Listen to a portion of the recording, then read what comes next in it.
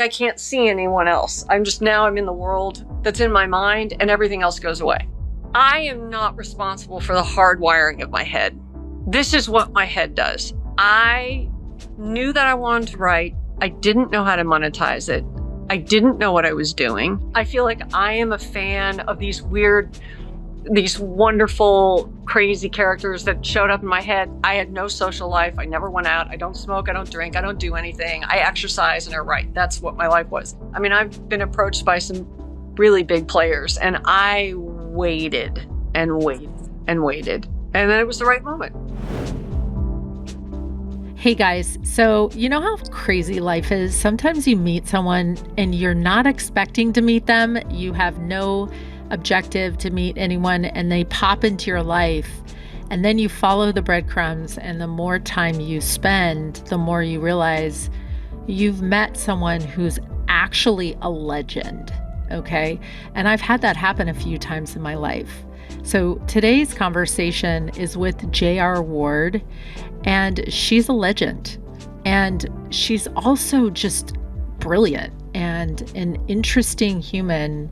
She's taught me a lot in the last few weeks that I've gotten to know her, and probably most famous for the Black Dagger Brotherhood, which is a series that she's written that has become, of course, this phenomenon and best-selling author. But as you'll find out in our conversation today, her genius and her magic is intrinsically a gift.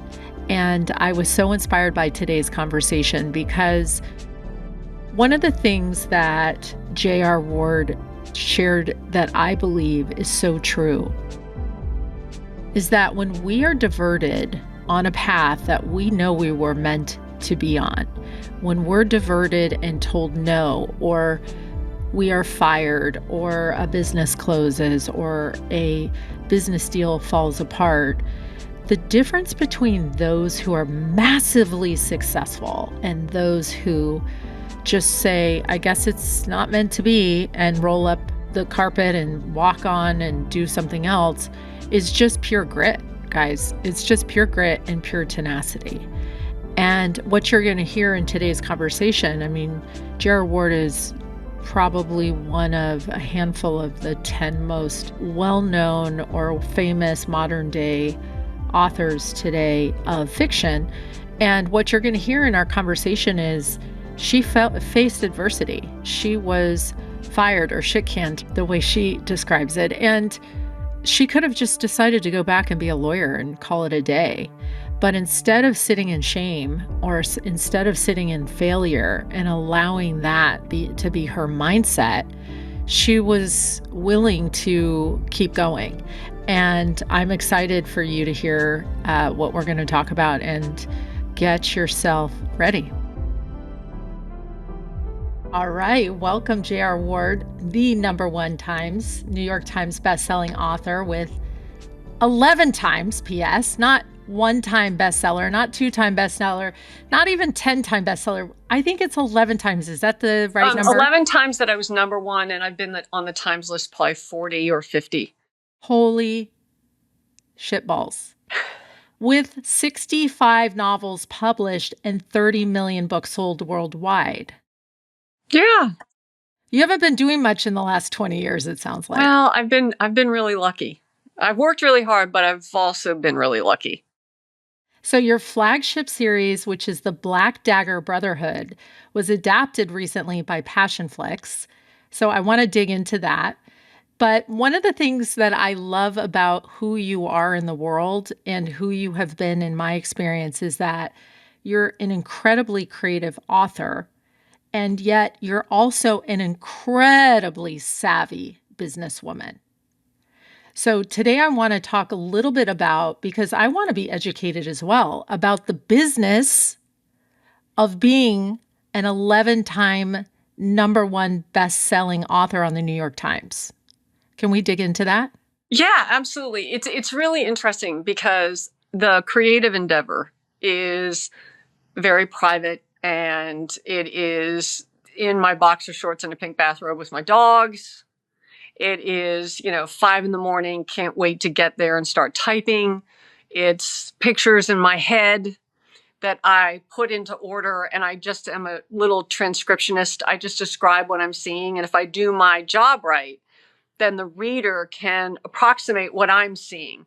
So I don't make up any of the characters. I don't make up any of the storylines. I don't make any of the worlds. They are found. It's like an archaeological dig. And I just kind of paw through the rubble of these images and these. So the way it works for a scene, for example, is I will have 3 people in a room, and I will stand behind the eyes of one of them, and I'll hear their voice in their ear. I'll feel their clothes on their body. I'll hear their thoughts in their head. I will know their orientation to the other 2 people. And then I can replay the scene back and stand in the eyes of the person they're talking to and feel all of the way. Is it too hot for them in the room? Are they about to sneeze? What do they think about whatever situation they're in? I can step out of everything and I can look at it as an omniscient sort of like viewer. And so the pastiche of all of these sort of vantage points for the same thing happening. And then I sort of, I'm like, okay, so this is the vantage point we need so that the reader can best get into the scene. And then you just string scene after scene after scene after scene, and that's the book. It's incredible. Yes, it's great, but it's also, Neville, my husband, can always tell that I'm coming to the end of a book because, like, you'll find Reynolds wrap in the refrigerator, milk put in cupboards. I'm leaving keys, and I get so into the books that, like, real life just kind of fades away. So, like, I'll be at a cocktail party, not that I go to many of those as a public service, but I'll be sitting there, and all of a sudden the scene will come in between me I can't see anyone else. I'm in the world that's in my mind, and everything else goes away. When did that start? Do you remember in So school? here's the thing about assholes who are artists. I can't wait. So, like, I am not responsible for the hardwiring of my head. This is what my head does. I am responsible for the discipline that it takes to write 7 days a week, every day for 25 years. That I will cop to. But my head has done this. I wrote my first story when I was 7 years old. I had these pictures and these voices and these people in my head, and the only way to get them out was to write it down. Just kind of purge them out. And my husband identified that he goes, we will have a much better life together, and you will be happier if we figure out a way to get you to be able to write, because then all this stuff will just flow onto the page, because it's a never-ending stream and you just got to keep it flowing. And I think that is what my brain does. It's like someone who's very facile with numbers, or it's like someone who's like, you're not responsible and shouldn't claim any ego to the way your brain happens to be hardwired, because it's nothing I did. You know what I mean? I completely do. And yet it is so remarkable as someone who does not have that talent. And I have such admiration because I also have friends who are incredible artists. Yeah, I feel that way about artists. I couldn't draw a fucking, a stick figure. I can't draw. I can't sing. Me either. I've always wanted to play the saxophone. I think it came from seeing Bill Clinton play the sax on late night TV when I was a little kid. And I was like, oh, that's badass. But yeah, no, I agree with you. I think anything that we cannot do becomes intrinsically more valuable. And anything that's easy to us, we kind of tend to dismiss, particularly as women, I think. Of course. But I do think for me, and I'm not saying there are assholes in every field, but I don't claim any ego about anything. It's just what my brain does. And so with all the success and all of the fame that has come with that, and by virtue of having published 30 million plus copies in the hands of all of these people around the world, how has that felt for you to all of a sudden have notoriety at such a level to be the person that you are? It's not about me. It's just not. I don't take any of it in. And here's the thing, I love going to we had 1,000 people up in Cincinnati for the release of Love or Forbidden, which is the book that just came out last month. And those people are my friends. That is my community. I'm no different than anyone else because I don't construct these books. I feel like I am a fan of these wonderful, crazy characters that showed up in my head. So I don't claim any of that. I think it's wonderful that people are excited to meet me. That's great. But I am an asshole just like everybody else is. There's nothing special about me.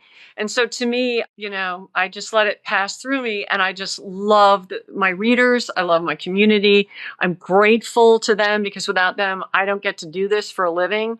I'm so lucky because there's so many better writers than I am that haven't found that little click and that's not about the quality of the writing. That just is like what squirts out of your head. And that's lucky for me too, that it happens to be these vampires and they happen to draw a big audience. I've just been really lucky, but I don't claim any of that either. Hey, gorgeous friends, just for a second, if you would do me a huge favor, if Potential to Powerhouse has touched your heart, inspired you, made you pause, made you think differently, been a resource for you, would you do me the favor to right now take a second to give us a rating and review? It makes such a difference, and we so appreciate hearing from you. Thank you. High five.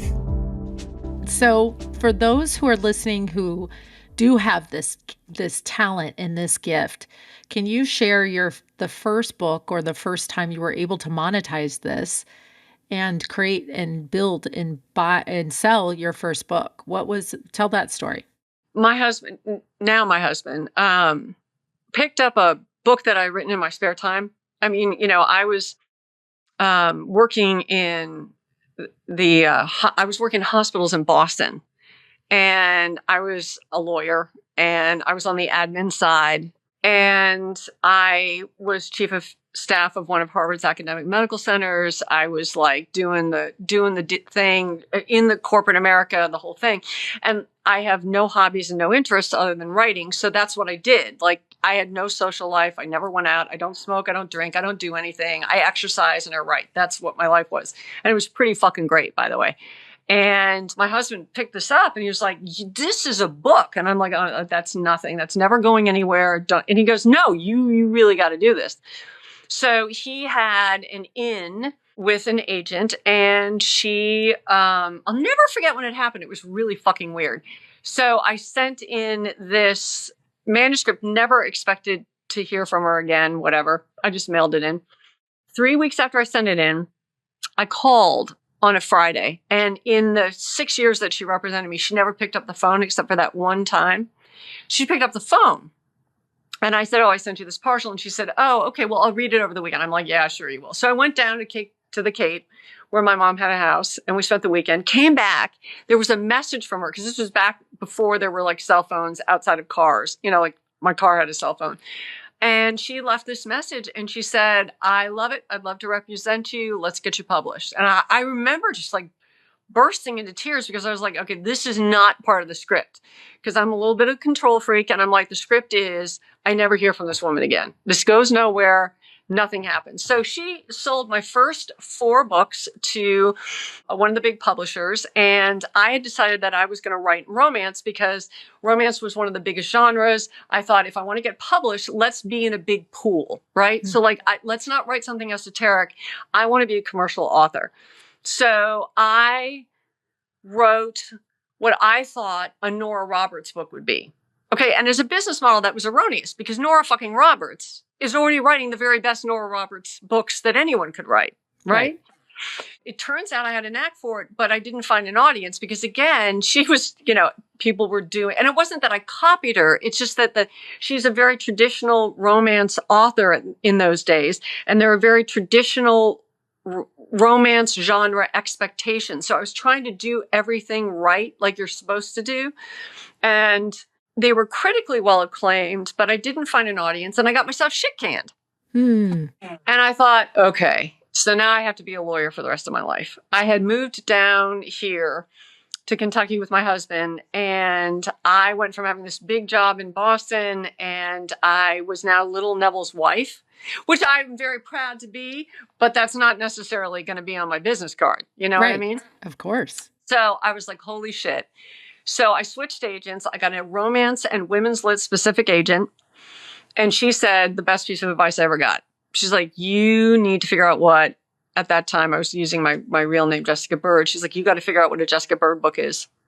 She's like, here's the deal. You can copy all you want, but if you want to really find yourself, you have to do what's intrinsic to you. So I sat around for 2 weeks, and it's the only time I've had writer's block, except for this one other time, which I fucked around with a scene, which I shouldn't have. But anyway, I stared at a blank computer for 2 weeks, and this shadow came up behind me, and I could sense this thing, and it was right under my consciousness. And I must have passed some kind of test, because that was Wrath, who is the king of the vampires in the world. And I had, within, I would say, 7 or 10 days, 10 books outlined, a complete series summary, the world building and everything. I knew that I wanted to write. I didn't know how to monetize it. I didn't know what I was doing. Social media wasn't a thing back then. There were still plenty of independent bookstores. There were traditional ways that authors connected with fans, which were through tours where you went from city to city to city to city if you were lucky enough to get on one. Otherwise, there were no really effective ways to market your book. And so I got more money than I thought I would ever get from a book. It got into a little bit of a bidding war. I signed a 3-book contract, and I thought, I'm going to get shit canned again. So the one book in this 10-book series that I absolutely have to write, it's supposed to be the last in it. I was like, I'm going to write this as the third, because I'm never going to get another contract. No one's ever going to read these books, because I pulled all the stops. I was like, fine, I'm going to write the book I want to read. Okay. I'm going to not pussyfoot around with any of these rules or romantic conventions and stuff. I was just going to go balls out, write everything as loud and brash and vivid and horrific and sexy and emotional and unpredictable and loud as possible. And fuck it. Because I don't have anything to lose. I'm going to be a lawyer for the rest of my life. Let's light this bitch on fire. And I put it out, and I thought, okay. By that time, I was already writing the second one in the series, because we were going to bring them out every 6 months to kind of get a head of steam up. And I'll never forget it. 3 weeks after the book came out, I got a telephone call at 6 o'clock at night. It was actually 5:45 on a Wednesday night. And I could tell it was from my editor. And I was like, well, she's working awfully late. That was when the New York Times came out. Wow. And this book that I thought no one was ever going to read hit the extended list. And the reason why I did is because message boards were starting to be a thing for readers. And a bunch of readers on an author's message board went into, they had a recommendation section. Red Dark Lover advocated, Red Dark Lover advocated, advocated, advocated, advocated.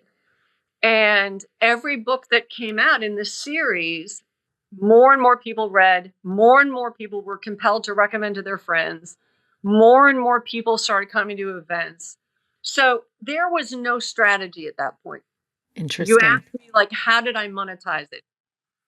I sold it. I happened to find an audience. Paranormal romance was going really hard and fast at that time. And I was just lucky. My content intersected with a trend that was very powerful, and it just took off. But now you're arguably the Nora Roberts of...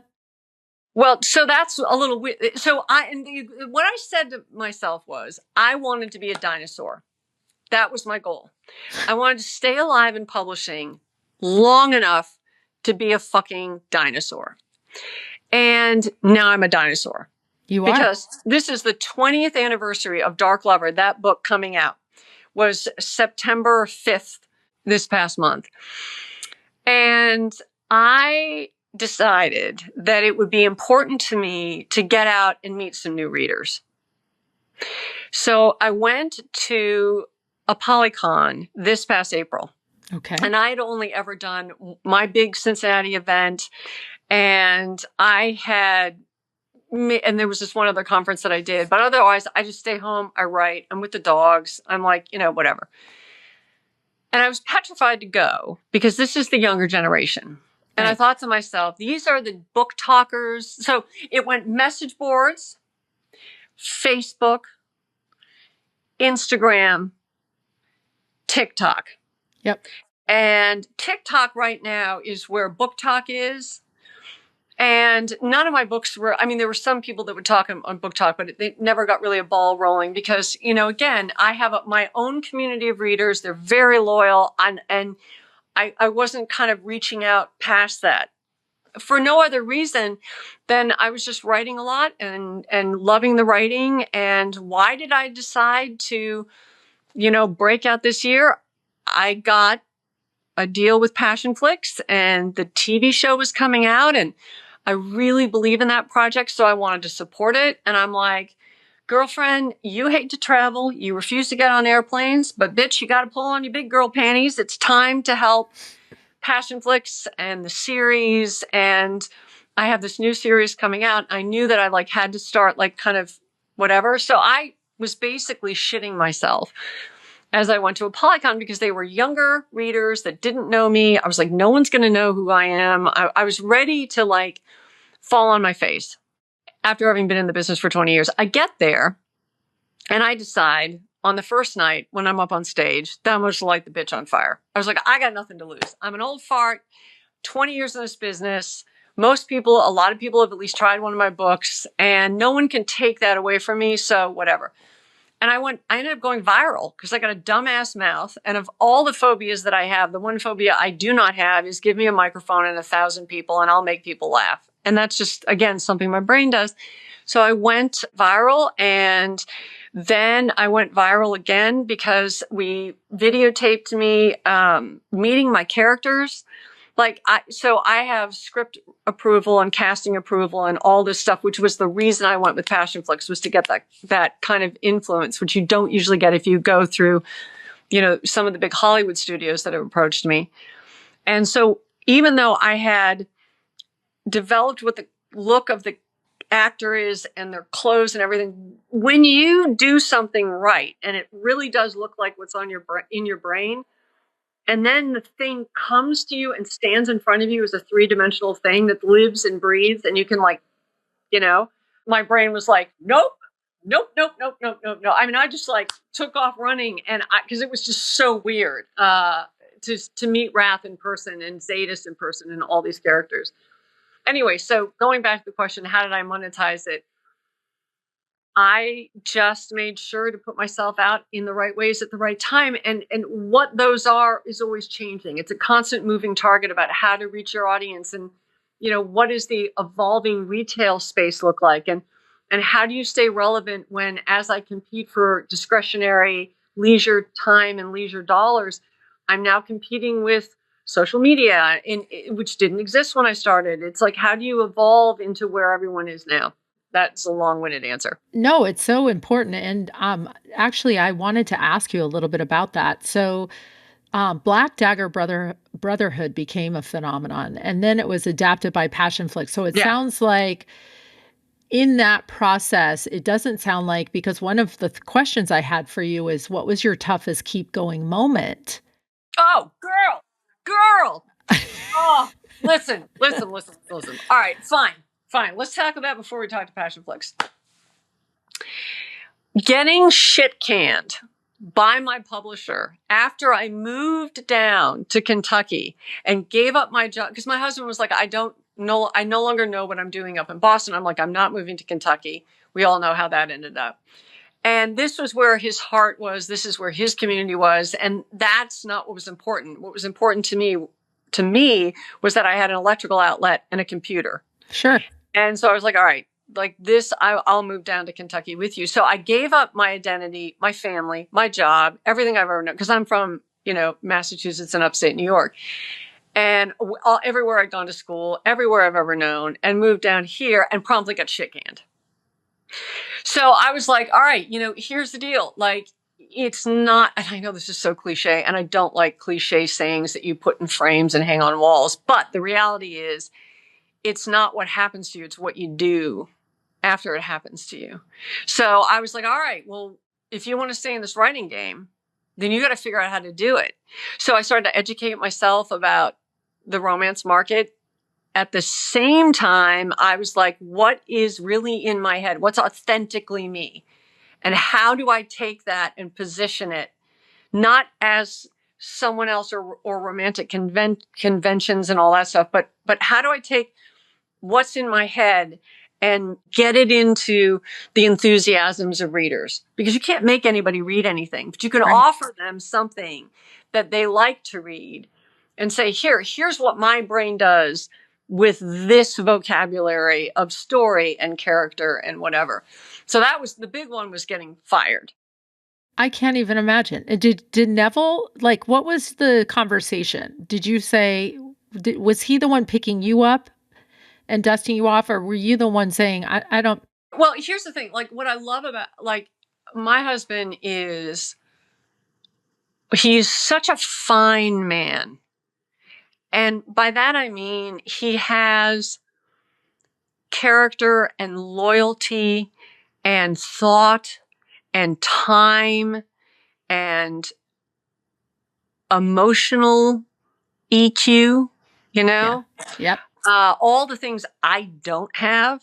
Yep. Like, for someone who writes about emotions, I am not interested in having them. I just, like, that doesn't interest me at all. I don't do this whole emotional thing. My thing in my household is emotions are stupid.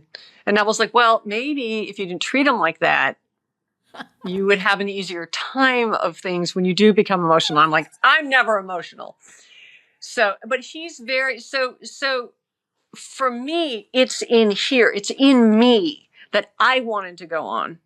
Yeah. Like, so I was interviewed by one of my favorite people in the world, Chris Rice, who's Anne Rice's son. And he said, what do you wish that you could go and tell yourself 10 years ago? Like, what would you say to yourself? And I was like, I don't need to go back 10 years ago, because I said those things when I needed to 10 years ago. Right. And those things were, reality doesn't require consent. Right. You don't have to like it. You don't have to enjoy whatever happens to you, but you have to stare it in the face. You don't have to agree with it, but reality exists without us appreciating everything that it's teaching us and everything that it is putting in our way. What matters is you stare yourself in the face and you say, what's my goal? What are my assets that I bring to this goal? Is it training? Is it education? Is it knowledge? Is it a weird thing that my head does? Is it discipline? What are my assets? What are my liabilities? Fear, insecurity, fear and insecurity are two totally different things. Fear to me is that high octane panic that goes through your body and your mind when something doesn't fit your little worldview. Yes. Insecurity is, do I have the chops to get through this? Yep. To me, those are two very different things. Yep. So what are my assets? What are my liabilities? Liabilities are fear that this thing that I love so much that I want to do for the rest of my life isn't going to happen. Insecurity that whatever spits out of my mind and what I do with it is not going to find an audience, is not going to find a path to enough income to keep me employed, because, like, money is important. Money is safety to me. Money is freedom to me. So there's always a financial calculus for me. And if I was going to go and make a couple $100,000 as a lawyer, there was a financial calculus to that as well. I still would have written as a hobby, but not tried to publish. Right. And then there were things like just a lack of knowledge about, am I with the right agent? What is the right publisher for me?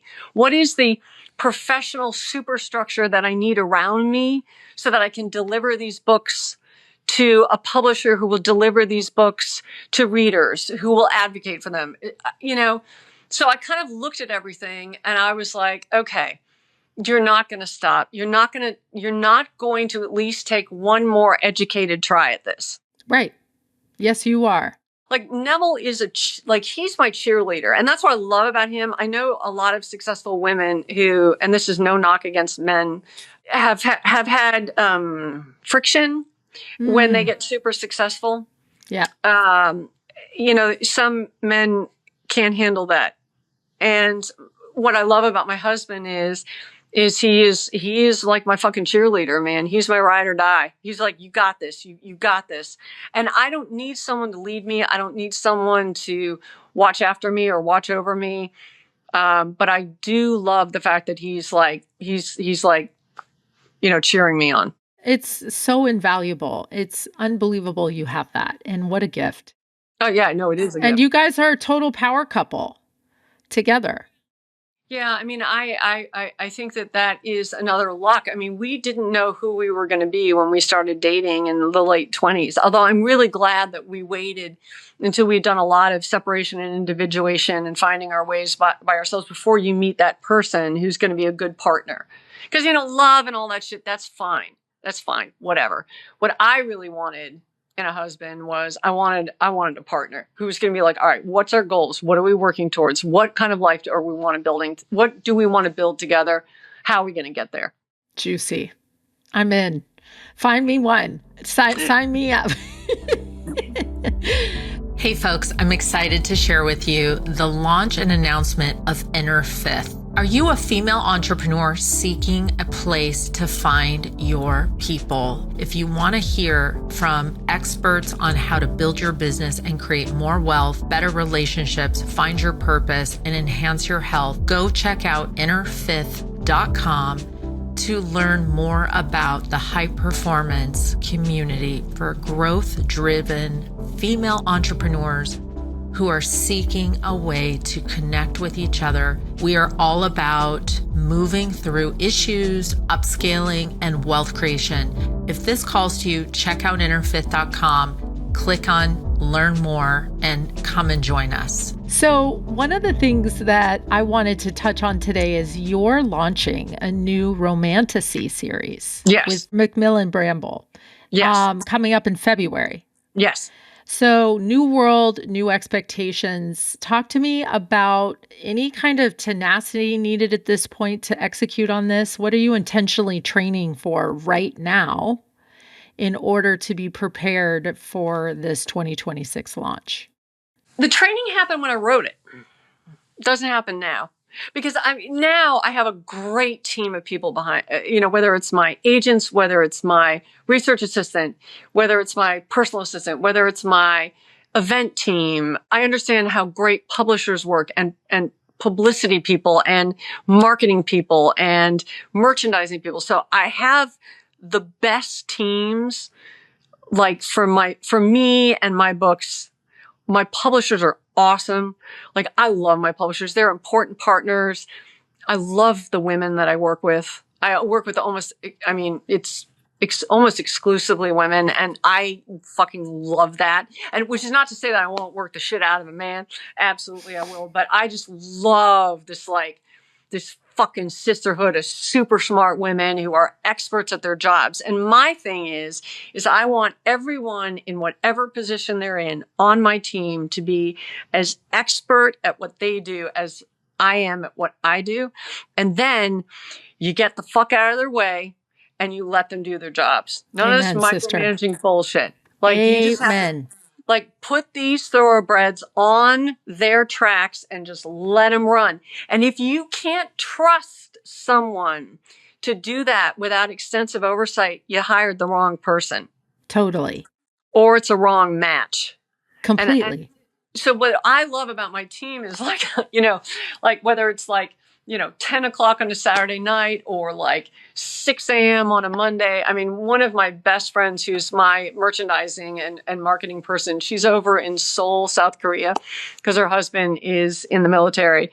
She and I now are bookending really early in the morning or really late at night. And the fact that the commitment is the same, whether she's here in the States or over there. And that level of excellence and continuous education, continuous improvement, relentless execution over and over and over again about everything. That's how I am about the words.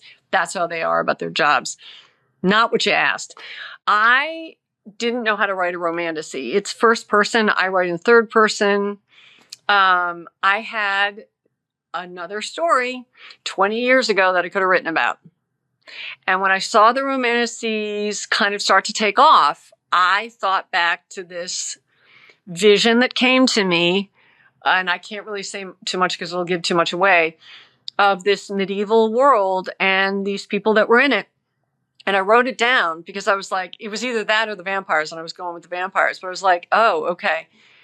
And I all of a sudden had this clear, I get these, it's really weird. I guess it's an instinct, or it's the only time I've ever gotten fucked in the ass in business or in life is when I didn't listen to that little voice, that little instinct. It's this rat smart thing where you're like, you're just like, and you can't always articulate what it is, but that's that true north that has never steered me wrong. And if I don't go with those little soft, subtle cues, bad things happen. But if I do go with those little, and I just let it breathe and like, okay, this is where it goes, then the best things in my life have happened, whether it's marrying my husband or it's having a kid, which I never thought I was going to do because I was not a kid person, or in business, this hire, this cover, this story, this concept, this like, oh yeah, that's right. That's not right. For someone who's relentlessly logical, I do weigh in with that little center voice a lot. I knew that this old story would fit in with the romantasy kind of milieu, but I didn't know how to write one. And so first person was like, oh my God, it took me forever to write that first book. First of all, it's big because they're all big, but like figuring out how to write, because first person is a totally different orientation as an author, what you can show, how you can present certain scenes, because it always is from the point of view of that one person. And so there are things that you can know, but you can't know. And so figuring that out, that was really hard. And just grinding my way through the pages and be like, no, that's not quite right. That's not right. Let's tighten it up here. So that was a big learning process. Now that I'm writing the second book, I was like, I figured it out. Now I'm like, oh, I know how to do this. So that was when the training came, not with the execution of the release that's coming in February. Wow. Because that's about funneling this new product, although I don't like to refer to books as product, but let's be real, that product into the pre-existing channels that I know are going to work. What are the levers? What's the marketing? What's the merchandise? What's the appearances? Like that's all second nature. The content was not. Do you have, like, for example, I have shower moments, and I know if I either go work out or take a shower, for some reason, it's like a portal to some other universe. I get those inklings, totally that secret, like this weird, like, oh, be careful about that person that you just interviewed. Yep. You should check up on them. Or It's like this portal to some other land. Where do you get, or is it through sleep and dreams? Where do you get that shadow that comes up from behind your chair? When is that? So a lot of my books, I'm a runner. So a lot of my books come to me while I'm working out. Not books, but like the scenes. There's something about that music, that meditative state when you're like in the zone. Like I get them in the shower too. I don't know what the fuck's up with the shower. I don't either. Hot water? I don't know. But maybe it's because your body is kind of like relaxing for that moment and it frees up your brain. I don't know what it is. I get it when I'm driving long distances. Then I guess they're kind of like intrusive thoughts, but in a good way, where all of a sudden I won't even be consciously aware that I'm thinking about a problem or a thing. And I'll be down, fucking around making an apple pie. And I'll be like, oh, right. And that makes me wonder about the relationship between the subconscious and the conscious. It's like we feed all of these imperatives in our senses and our, thoughts and stuff, but there's some sort of something that's happening behind the curtain. And the very best ideas always come from there. I agree. And I think what's interesting is going to that instinct that you're feeling.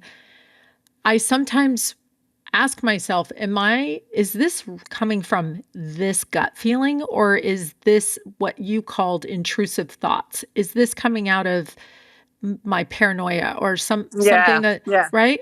Do you have a way to differentiate? So Sue Grafton was my mentor, and she was, I don't know if you know her, she did A's for Alibi, the famous series of the alphabet series of mysteries. And she was a Jungian. So she believed in shadow. And she said the softest voice is always the correct one. So the louder and more pushy and more invasive and more urgent thoughts are, chances are that, and by the way, sometimes those thoughts are appropriate. Like if your house is on fire, you're not going to sit there and be like, should I go? No, get the Right. fuck out of your house. You know what I Right. mean? Right. But for that real sense of that real instinct, that real true north, she said it's always the quiet voice. And she said the soft voice is the one that's never wrong. And that's how you know the difference. She gave me so many wonderful pieces of advice that are still in my brain. And that also I still talk to other, like when other authors ask me or writers ask me for advice, I still find myself pulling out these bon mots from Sue Grafton. She's a legend as well. Yeah. Yeah. She's great. She's done it all. So in terms of this upcoming Passion Flicks. Oh, I loved Passion Flicks. You've got to talk about that. And I think, aren't you working on this with the Musk mother? What's her name? No. So Tosca. Tosca Musk. That's yes. Right. Tosca is the daughter. Yeah, she's fabulous. A powerhouse. Yeah, she is so smart, and she is. For all of the hours of content that I have absorbed through movies and TV, I've never been on a TV set, never seen a script, never seen behind, what does it look like? Never been on set for a movie. So I had a lot to learn about how scripts work, how casting works, how wardrobe works. And one of the first things, so I had been approached by a number of big players over the years to turn these books of mine into series. And the one thing that I knew for sure was I was going to continue to write these books until either the readers lost interest or the stories dried up. And so far the stories have not dried up and the readers have not lost interest. So I'm still writing them. And I thought to myself, usually there is absolutely a place for big studios, 100%. And there are a lot of wonderful products that come out of that system. But I felt strongly for me and my books and my readership, I knew my readers would have big problems if it was not exactly like the book. And I knew that if I was ever going to have a TV or movie partner for this particular series, because I've gone through, NBC script approval with other series. I've gotten quite far in some ways and things, haven't worked out for whatever reason. But I got, and I actually have a toe in that world right now with one of my other series. But I knew for the Black Dagger Brotherhood, which is like this juggernaut that's beloved, I was like, I'm not going to fuck my readers. Like, they've given me 20 years. I'm not about to do a cash grab on these people. Like, it's either going to be right for what I know they want or I'm not doing it. And so Passion Flicks is known for sticking with exactly what's in the books. And so when Tosca reached out to me, I was like, I had actually thought, like, 6 months before, like, oh, this might actually, if I was ever going to do something, it'd have to be with something like Passion Flicks, even though they're a smaller shop. The instant I talked to Tosca, I was like, I needed to eyeball her because we were about to be partnered. Like, I'm like, I got to check the vibe, because all the legal stuff is fine, whatever. But I need to know, like, what kind of woman are you? Yeah. Like, what's your deal? And so we ended up getting on a FaceTime call, and she's got a dog. Her kids are coming in the room. I've got my dog. I got my kid coming along. Like, I got this impression of this, woman with a family who was fucking rocking it out. And I was like, okay, wait, this is actually my people. Yep. So I had casting approval, directorial approval, and script approval. And those are so powerful. Those are big, powerful levers. Yep. And sure enough, the first script I got from her was exactly like it is for the book. And it's the same for the second season, Lover Eternal. I got the first episode script. It's exactly what's in the book. And she also shot it like it was in the book. She produced it like it was in the book. And it's been fantastic. We crashed. There were so many people watching it worldwide that they crashed the Passion Flix app. Like every time the episodes came out, 2, 3, 4, and 5, they crashed the app. It was hysterical. What's the feedback been from your audience? They've loved it. Everyone was worried. Everyone was worried. They were like, oh my God, what are these people going to look like? How, ugh. And I remember when I received the rough cut of the first episode of season 1, and my best friend and I were going to watch it here at home. And I remember taking a deep breath, and I knew we got the characters right, but you just don't know. And I had been on set, but you just don't know anything. And I remember closing my eyes and being like, please don't let me have shit the bed. Please don't let me have shit the bed. Please don't, and from the jump, she got me. Like, and I'm like, oh my God, I wonder what's going to happen next.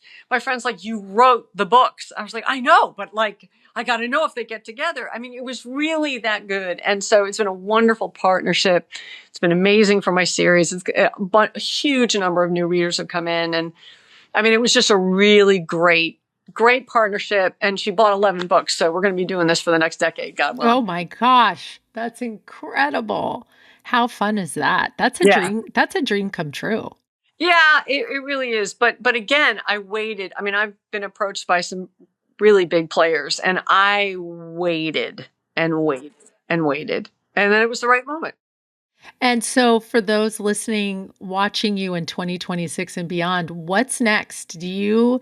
I mean, you're definitely not going to be sitting on a beach drinking martinis and not working. No. Oh God. Can you just like help me with something? Like, what the fuck are vacations for? I don't mean to I'm not saying this, I don't get the vacation thing. I don't get it.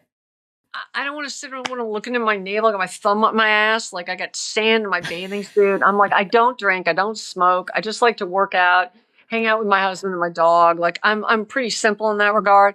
I think I need to figure out how. I think the next iteration and era for my career is figuring out how to have some sort of I don't even know, a time off or relaxation or something.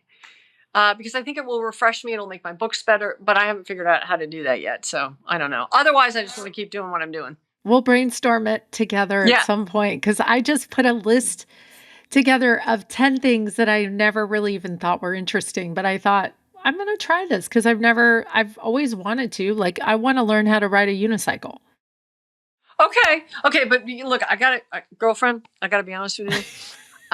Without going into age, okay, we don't bounce anymore. Okay, right. So the unicycle's a great dream. Okay, but be wearing your padding and shit, because girlfriend, we break, like fall down, shatter like mirrors now. So just be careful. I totally get. I found the world's best unicycle teacher here in LA, and they have it all thought out for me. Okay, but, good. Okay, but there's jumping out of an airplane or so. I don't know. Okay, now here's, all right, oh my God. So just put buzzkill under J.R. Ward buzzkill. So I have life insurance and whatever. All of us, yeah. There is a list of shit you're not supposed to do according to actuarial terrible. These are motherfuckers who are not just oh, that's scary, let's not do that. These are people that look how do motherfuckers die? And jumping out of a plane is one of those things that I had to check that I don't do. Me too. Or Lords of London isn't going to insure me. I know. I'm in the same boat. So I'm not going to do it now, but maybe when I'm 90. Okay. Maybe when I kind of have nothing left to lose. Okay. Yeah. Right.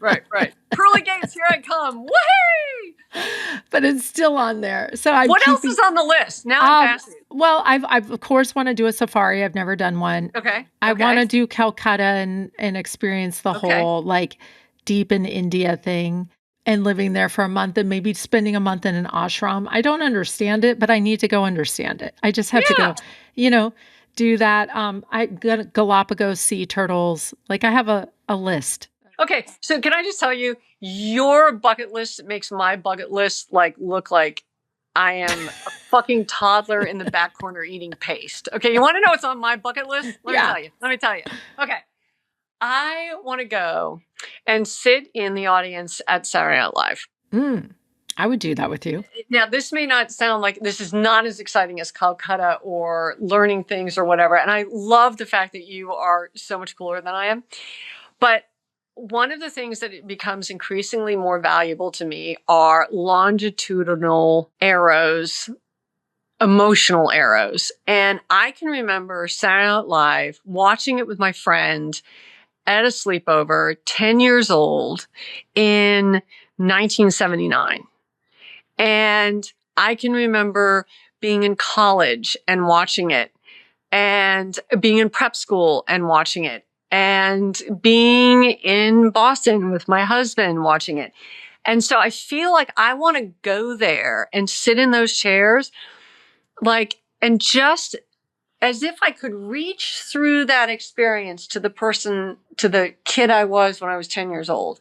Very cool. You know, it's like old friends. Like when you get together with old friends, it's not just the compatibility. It's the longitudinal arrow that takes you from where you are now to the visceral connection to those memories that were seeded years ago and are so much more vivid than the things that we're doing now. And one of the things I think is really interesting about aging is those longitudinal things are so much more important to me now. I agree. Because I didn't think about it for years. Totally. And now I just want to go back and I want to touch those points. I love that. I absolutely love that. And I think that's so relevant, right? Because it's also part of the joy and journey of how far we've come. Yeah, that's right. Right? That's right. And That's thinking right. about Marie and Donny Osmond, you know? Oh, yeah. And man, oh man. My gosh. Tie a yellow ribbon around that old oak tree. Remember when he did that? I just thought he was so hot. Yeah. You know, I was like, I need a guy like that someday, you know? Yeah, with that like softly, that dark hair that's softly curled at the bottom. Anyway, keep going. Sorry. I was just going to say thank you so much Thank for you so your This has been so much candor fun. and your openness, because you're a phenomenon and Well, you've built yourself into a phenomenon. And so many listeners right now will be wondering, how in the heck did she do that? And I think I hear so clearly, God-given and gifted. You know, how did Galileo, how did Newton, how did Einstein, how did all these brilliant people do what they did? And I think there's a lot to be said for what we allow to pass through us just by virtue of how we're wired and what we were brought to the planet to do. And this is definitely your calling. Well, that's how I feel. And I just want to also let you know that Nora Roberts is a legend. And I can remember going to, and this is, I'll make this quick. I remember going to a conference and actually being in the same room as Nora Roberts, and it blew me away. So by saying that I wanted to be like Nora Roberts, she is such a great example of the very best of romance writing. And she certainly has been at it and doing it better than everybody else for years. And, you know, it wasn't that I wanted to copy her, and I didn't copy her. I used the very best trailheads that she set as like, okay, so that's the metronome of a good romantic story. So one of the things that's really weird is to have people say, oh my God, I'm writing because I read your book. So what I think is interesting about what you're doing here, because you told me this was your calling, right? Mm-hmm. Is you never know when your story is going to inspire someone. Like, will it unlock a door, a block? Will it give them like a light in this dark room that they're in so they can see the contours for themselves a little bit? And I think that sort of the way it was so inspirational for me to be in the presence of Nora Roberts and hear her talk about it, I think that you're giving this platform, particularly to women, so that we can talk to each other, I think is as great a calling as any other, you know, because you're offering help and guidance and compassion and connection to all of us who are trying to just make ourselves better and make our way in the world with our passions and our gifts. And I think it's fucking awesome. It's so awesome. Thank you. And I love it because It expands what I know I'm capable of when I am around great and incredible, successful people doing what they do. It just like you said with Nora Roberts, it's just an inspiration for knowing that we can reach bigger, further, and Yeah, more right. expansively, right? That's right. And That's that exactly right. allows us permission to just free fall into what is going to be Yep, I and agree. trust the process. That's right. All right. Well, thank you so Thank much. you so And much, Tracy. I JR, really appreciate it. where can anyone who wants to see where you're live in 2026 to come to any of your pop-up events? Is there any place they can go to see your calendar? Yeah, if they go to jrward.com, there are the events there. Great. And we're going to be in Orlando. We're going to be at Polycon in April in Washington, D.C. I'm doing a tour in February, Atlanta, New York City, a bunch of other places. And then I think I'm going to try and make it to Comic-Con in New York City in October next year. We'll see. Ooh, juicy. Yeah. All right. Thank you. Thanks so much. I really appreciate it.